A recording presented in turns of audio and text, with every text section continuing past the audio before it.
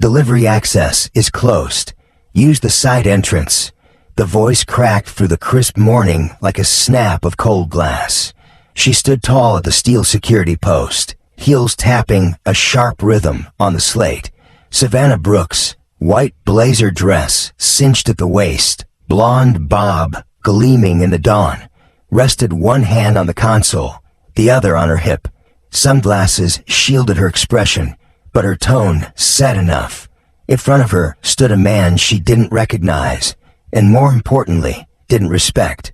No Rolls Royce, no tailored suit, just a black man, tall and silent, in a fitted Nike tee with sweat still drying from his run. His track pants clung to his calves like he'd just finished the last mile. No badge, no ID, no name tag, just presence. And that wasn't enough. Savannah tilted her head slightly, her tone curving into condescension. You're not authorized for this gate. Residents, use the main lane. Step aside, please. He didn't. Instead, he stepped forward. The motion sensor bust. The gate blinked red. Access denied. Savannah's hand darted to her radio. Possible squatter at gate 6. Refusing to comply. What she didn't know was that the man she just flagged, he owned the land she was guarding. He didn't say a word at first, just stood there, eyes scanning the marble inlay near the gate, where a crest was half hidden under the bloom of a bougainvillea branch, the family emblem he personally designed. The house behind it, every stone, every frame, every line of code in the security system is. But none of that mattered in this moment. Not to Savannah. She saw sweatpants. She saw brown skin. And she saw a problem. He'd shifted forward, just enough for the sensor to register movement again. Another red blink. Another buzz. Savannah narrowed her eyes. Sir, you're not cleared to activate the sensor. I'm going to ask you to back away. That was when he finally spoke, his voice quiet, but cut with certainty. I live here. 3 words. But the silence that followed was louder than any alarm. Savannah's lips parted just slightly, then twisted.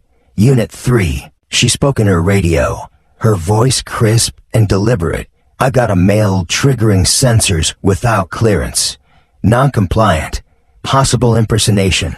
Might be attempting access as a squatter. The word lingered in the air like fog off the ocean. The man didn't flinch, didn't even blink. But behind him, a delivery van from a floral company slowed, its driver glancing at the standoff, phone already in hand. Savannah stepped forward now, her heels clicking like warnings. You got 30 seconds to vacate the premises, she said, loud enough for the camera phone to catch. Trespassing isn't taken lightly in this neighborhood. The man raised an eyebrow, finally breaking his stillness. Do you always threaten residents like that? He asked. Just the ones not driving Bentleys. Her jaw tightened. Don't get smart. This is a private security matter. You're escalating. No, he replied calmly. You are. From the corner of the curb, the delivery driver raised his phone just a bit higher. The gate buzzed again, still red. Savannah adjusted her stance, clearly aware she had an audience now. You look lost, sir. This is private property, she said louder, voice performative. The man didn't move, but his gaze locked onto hers with a stillness that carried weight. I already told you, he said, eyes steady. I live here. Savannah scoffed, and I moonlight as a princess. She tapped her radio again. Unit 4, I got a 10 to 16. Male claiming residence. No ID. Approaching gate on foot. Maybe impersonating. 2 more guards emerged behind her. One adjusting his vest, another sipping coffee. Who's this? One of them asked. Savannah didn't hesitate. Someone who thinks he owns the place. The man in the vest stepped a bit closer, squinting at the faded logo on a runner's tee. Your maintenance. Before he could answer, Savannah cut in sharply. He says he's a resident. We're verifying. The younger guard furrowed his brow. Couldn't we just ask his name? Savannah silenced him with a single glance. The man in sweatpants exhaled, slow and deliberate. I don't need to prove my identity to someone who hasn't earned the right to question it. Savannah leaned in, lowering her voice with a hiss. "I don't know what game you're playing, sir, but this isn't one of those TikTok pranks. You're not going viral off me." The man gave a half smile. "Not anymore," he said quietly. "This isn't for TikTok. This is for legacy." Her posture shifted, but before she could react, the delivery driver stepped forward slightly. I've delivered here before," he said, voice tentative. "That's Jayla Morris, right?" Savannah turned on him instantly. "Sir, step back. This doesn't involve you." What it did now. The name had been spoken. Jayla Morris, the man behind MorrisLink OS, founder of a billion-dollar tech firm, face of investor summits and innovation forums. But out here in sneakers and a cracked phone screen, he was invisible. Savannah didn't flinch. She smirked. "Jayla Morris, if you're so important, where's your driver? Your ID? Anyone can claim a name." Jalen met her gaze calmly, then reached into the zipper near his waistband and pulled out a phone.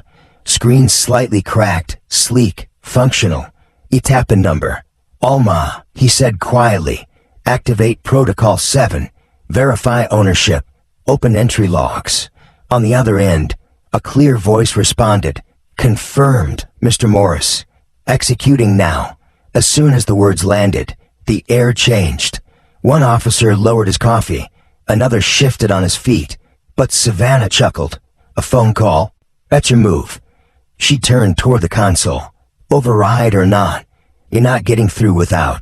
She stopped. The console beeped. Then a voice echoed from the speaker above. "Gate override successful. Jayla Morris, primary resident. Verification confirmed by MorrisLink OS." A hush dropped over the street like fog rolling in. The delivery driver whispered, "Yo." Savannah blinked, but she recovered too fast. "Override or not," she snapped. "You're still not walking through." Behind her, the younger guard hesitated. "Ma'am, if that's his gate." "I said not yet," she barked. Her tone cracked. Her authority didn't, but something behind Jalen's eyes said. The reckoning had already begun.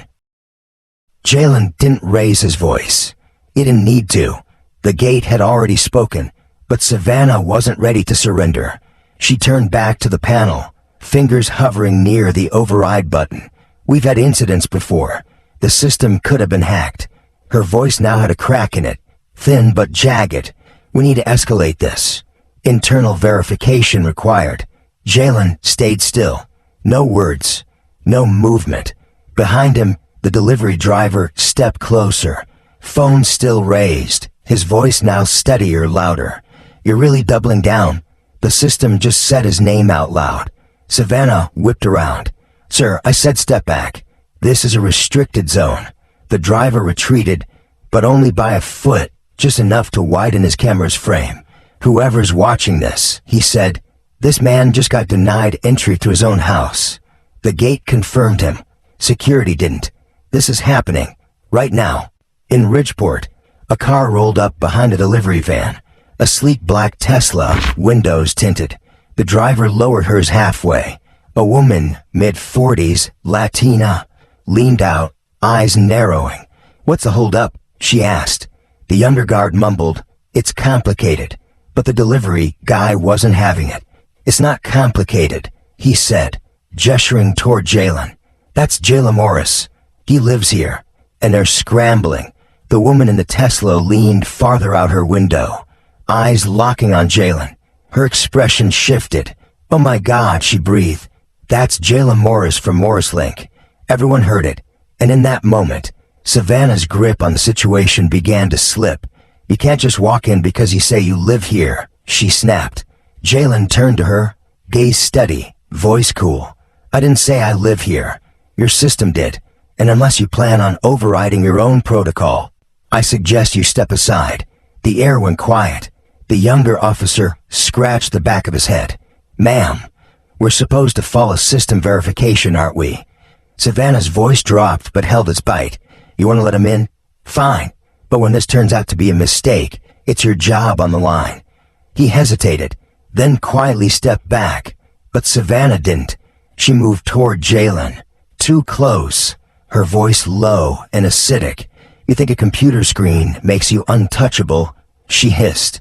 People fake access all the time, especially people like you. That's when Jalen answered. Not loud, not dramatic, just final. People like me built this neighborhood. That landed harder than anything that came before.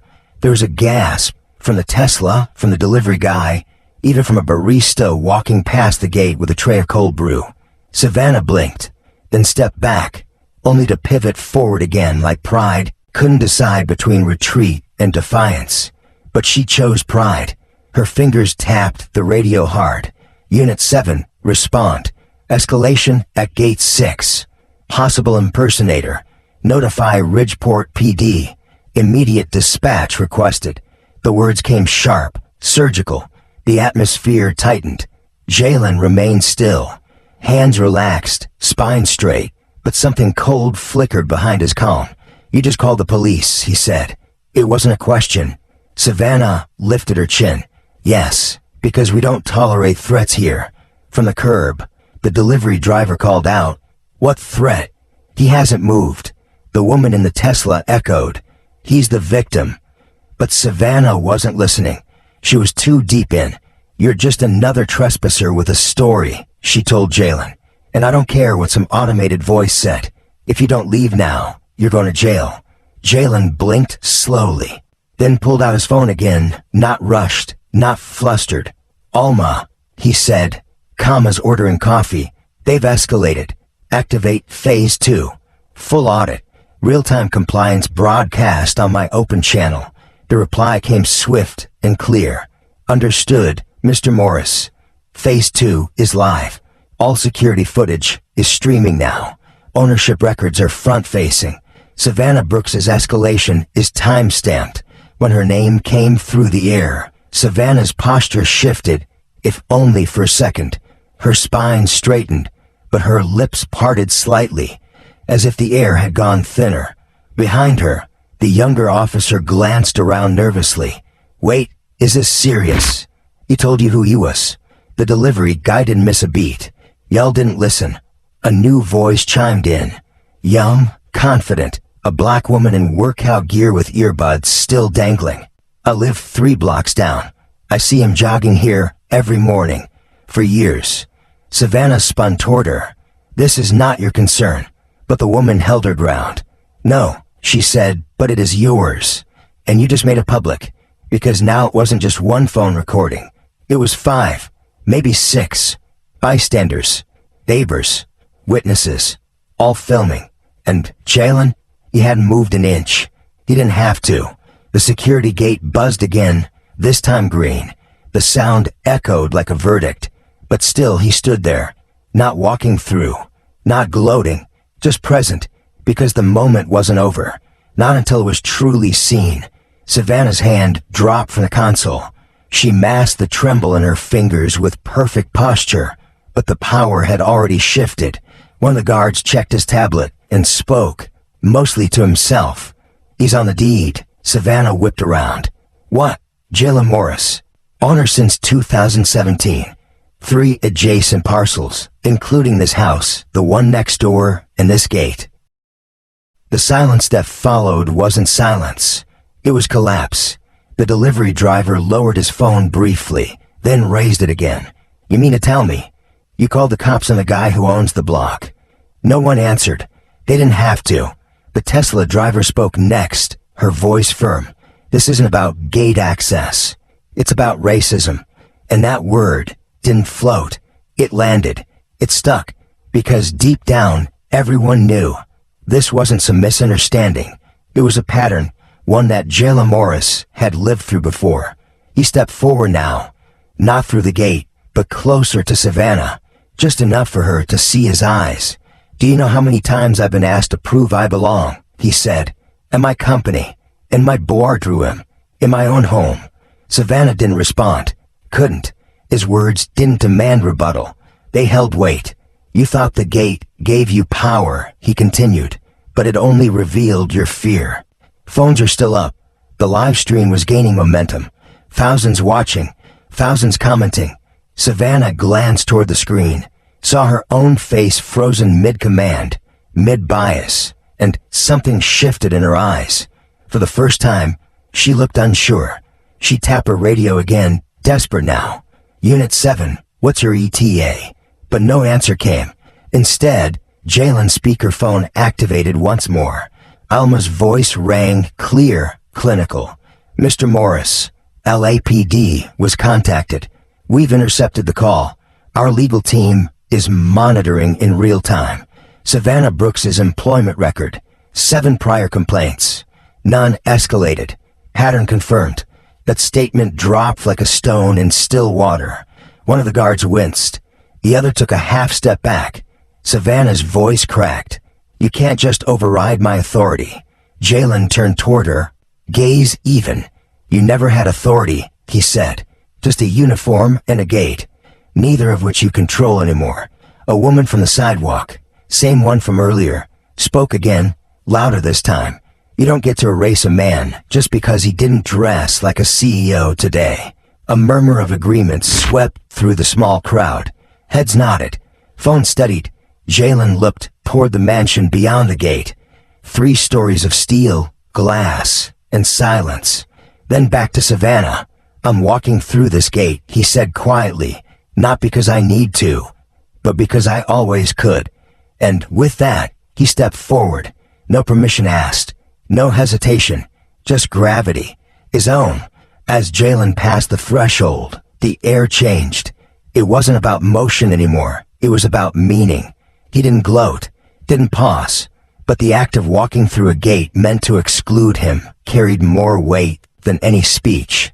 Savannah didn't move. Her hand hovered near a radio, like it still had purpose, but everyone could see it didn't. Inside the booth, one officer pulled something up on his tablet. Savannah, he said carefully, you might want to see this. She didn't turn. Just say it. The officer hesitated, then read aloud.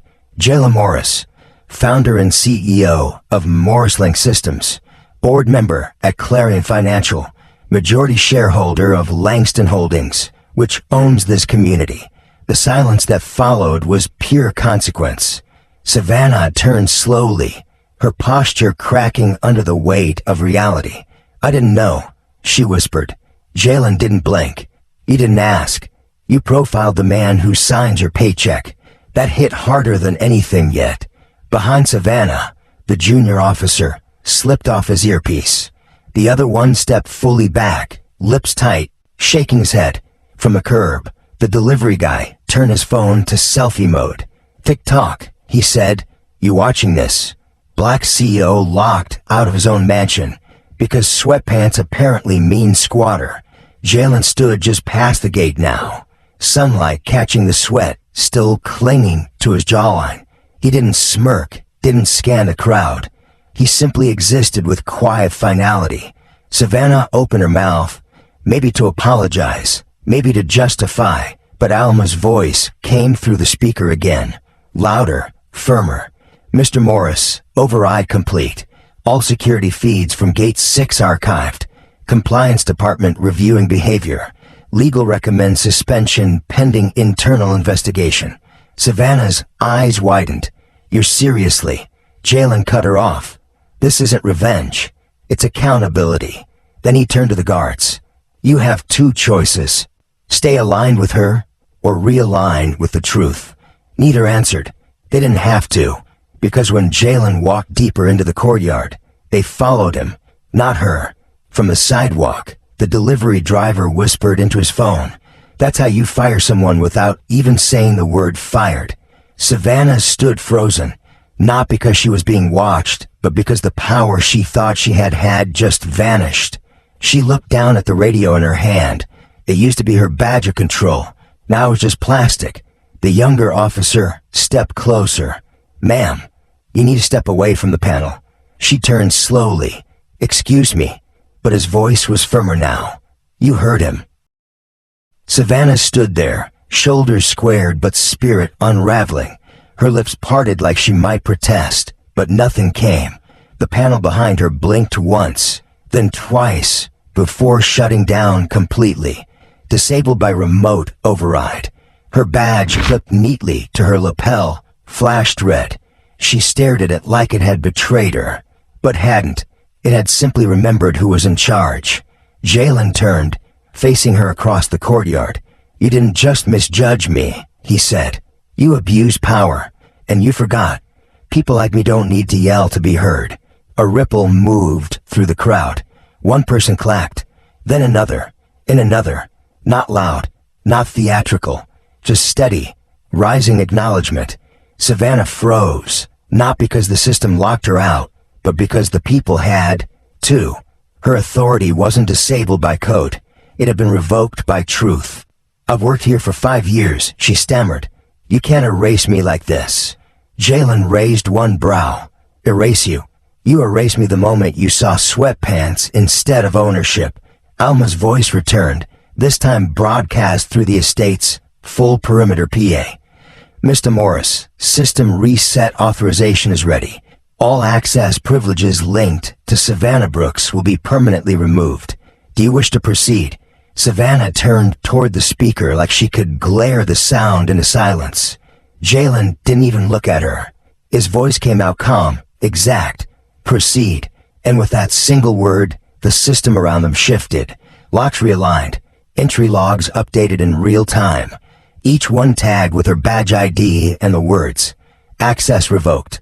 The younger officer, who had once shadowed Savannah, took a step back. "Damn," he muttered under his breath. The delivery driver whispered to his camera, "This is bigger than security. He's resetting the entire structure."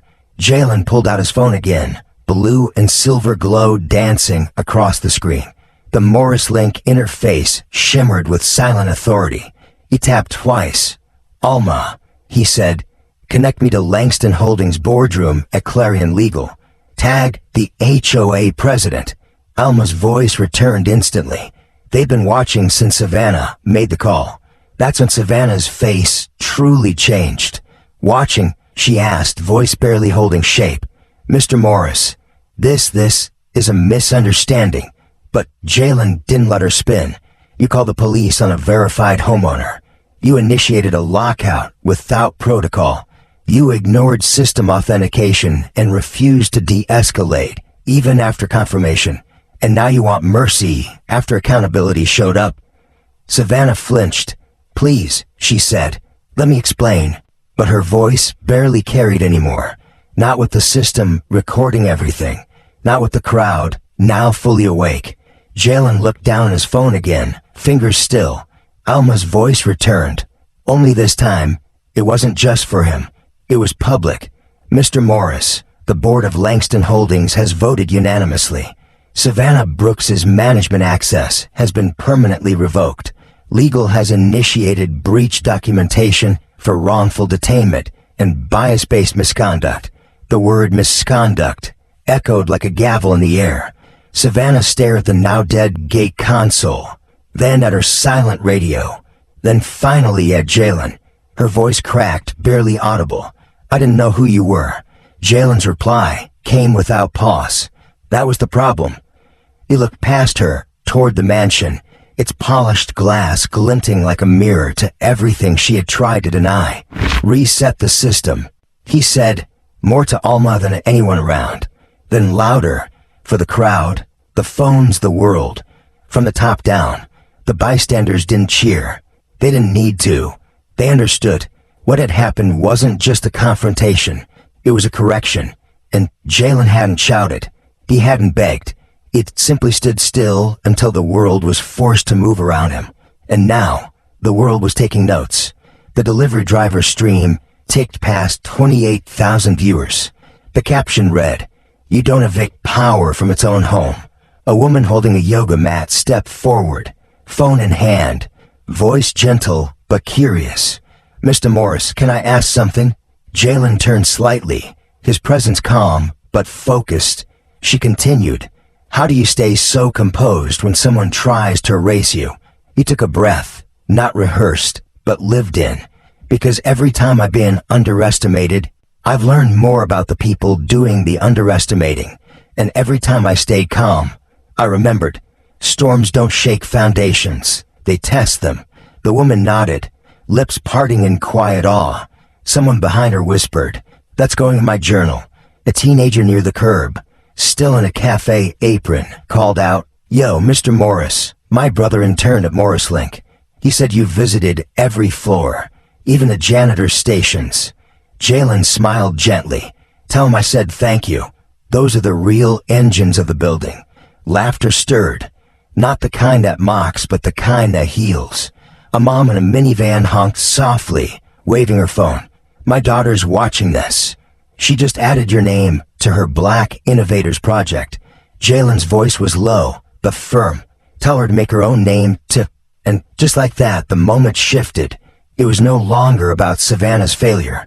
It was about his endurance, his presence, his legacy. The crowd outside the gate had begun to settle, not out of boredom, but reverence. Cyclists dismounted. Dog walkers stood still. Drivers didn't honk. They leaned out their windows to listen. What began as a gate dispute had become a masterclass in dignity. Jalen stood at the base of the marble steps, his home rising behind him like an exclamation point to everything that had just unfolded. His breathing slowed. The heat of confrontation melted into gravity. He turned to scan the street. Faces of all ages, colors, backgrounds. Not fans, not followers, witnesses. Then a voice emerged from behind the hedge. Young, unsteady, but sincere. A local reporter. "Mr. Morris," she asked, holding up her phone, "do you have anything to say to others watching? To anyone who's ever been treated like you were today?" Jalen looked directly into her camera. No podium, no edit, just presence. "That didn't stop me because they knew who I was," he said. "They stopped me because they didn't. And that's exactly why I built what I built." The weight of it hung in the air like a truth too big to ignore. He paused, then continued. "I didn't raise my voice. I didn't throw punches. I stood still, and the system moved." And then came the line that split the air like a blade. "You don't evict power from its own home." Phones went up again. Not for scandal. For record. The delivery guy whispered to his camera, "Yep, that's the quote. That's the one." The woman in the Tesla turned to her daughter on FaceTime. "Frame that line, Mija." Jalen gave a final nod, then turned and walked up the steps. Slow, certain, each footfall like punctuation. No door slammed, no security behind him. Just a man reclaiming space he had always owned. Inside, the house welcomed him with a silence not of emptiness, but of earned peace. He stood in the foyer, letting the cool air wrap around his skin like silk after fire. He didn't reach for a towel, didn't grab water. He simply stood there, breathing. Then his eyes rose to the portrait above the staircase. His mother, Sunday dress, one hand on her hip, the other on a Bible. Her eyes forward, shoulders squared. Not for vanity, but for defiance. She had never been allowed to walk for the front doors of buildings her son now owned. But her photo hung above, every threshold bearing witness, holding space, like a legacy never erased. Jalen closed his eyes, and memory rose like a tide. 7th grade, Southside Chicago. He'd worn his cousin's blazer, 3 sizes too big, to a city science expo. He stood in the lobby waiting for his class when a white security guard pointed at him without asking his name. "You don't belong in here. This ain't for you." He hadn't said anything back then, just turned and walked out. The air had felt cold, but the silence felt colder. That moment had never left him. It followed him to college, to pitch meetings where he was mistaken for an assistant, to elevators where his presence made others clutch their bags tighter. And now, all these years later, it had met him at his own gate. "But this time I didn't shrink," he whispered. "I didn't explain. I didn't apologize for arriving unannounced. I didn't leave my dignity on the curb." He opened his eyes. The foyer remained. The light through the windows cast no shadows now, only clarity. He walked to the large bay window and drew the curtain back. Outside, the crowd was slowly thinning, but their faces were changed. The delivery guy gave small nod. A little girl pressed her hand gently to the gate, as if touching history. Jalen watched for a beat, then whispered, not for the cameras, not for the crowd, just for himself. I didn't build all this to be seen. I built it to be undeniable. He turned away from the window, the outside world already beginning to reset. But inside, time moved differently. He walked down the hallway slowly, past framed photos of his first server rack in a garage, the ribbon cutting at Morrislink HQ, his daughter's graduation, his son's first patent. A life built brick by brick. But today wasn't about what he built. It was about what he refused to surrender. He stopped at a small side table where an old leather notebook lay, edges worn, pages heavy with vision. He opened it to the first page. 13 years ago, he'd written, "Legacy is not what you leave behind. It's what they can't erase while you're still here." He ran his finger across the ink, then spoke, as if to the next soul watching from a distance. If you've ever been questioned, overlooked, told you don't belong, remember this. He looked up, voice steady. You don't have to raise your voice to raise the standard. He closed the notebook. Next time someone guards the gate, remind them, you own the land.